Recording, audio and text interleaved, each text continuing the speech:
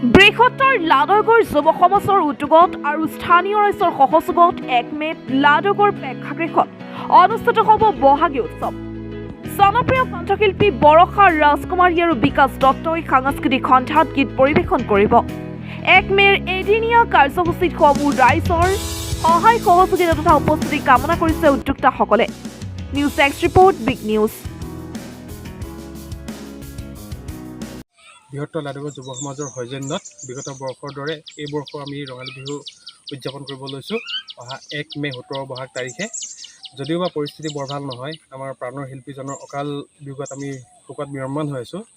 তথাপিতো আমি আমাৰ যিটো বাৰ্ষিক নিয়ম সেই অনুসৰি অহা 17 বহাগ ইংৰাজী 1 মে' শুক্ৰবাৰ তাৰিখে অনুষ্ঠৱীয়ভাৱে আমি অঞ্চলবাসী ৰাইজে স্থানীয় ৰাইজৰ সহযোগত বৃহত্তৰ লাডগৰ যুৱ সমাজৰ সৌজন্যত এইবাৰো ৰঙালী বিহু সন্মিলনী উদযাপন কৰিবলৈ মনস্থ কৰা হৈছে। দিনৰ ভাগত কিছু প্ৰতিযোগিতা আছে যদিও আমি খুব কম সংখ্যক প্ৰতিযোগী হিচাপে নিমন্ত্ৰণ কৰি পিনে খুব এটা আমি বহলাব বিচৰা নাই। পৰিস্থিতিৰ প্ৰতি লক্ষ্য ৰাখি আমি থুলমূলকৈ আমাৰ যিখিনি বাৰ্ষিক নিয়ম আছে সেই নিয়মখিনি কৰি সন্ধিয়ালৈ স্থানীয় শিল্পীৰ দ্বাৰা সাংস্কৃতিক সন্ধ্যা আয়োজন কৰি অনুষ্ঠানটি এদিনতে সমাপ্ত কৰিবলৈ আমি মনস্থ কৰা হৈছে।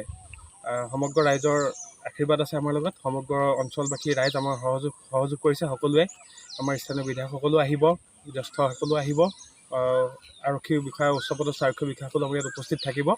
গতিকে অনুষ্ঠানটি সাফল্যমণ্ডিত হ'ব বুলি আমি আশা কৰিছোঁ। ধন্যবাদ। লাডগৰ যুৱ সমাজৰ সৌজন্যত আৰু স্থানীয় ৰাইজৰ সহযোগত অনুষ্ঠিত কৰিবলগীয়া ৰঙালী বিহু সন্মিলন অহা 1 মে'ত সকলো ৰাইজৰ উপস্থিতি তথা সহায় সহযোগিতা আমি কামনা কৰিছোঁ আৰু সকলোৱে সহায় কৰিব বুলি আমি আশা ৰাখিছোঁ।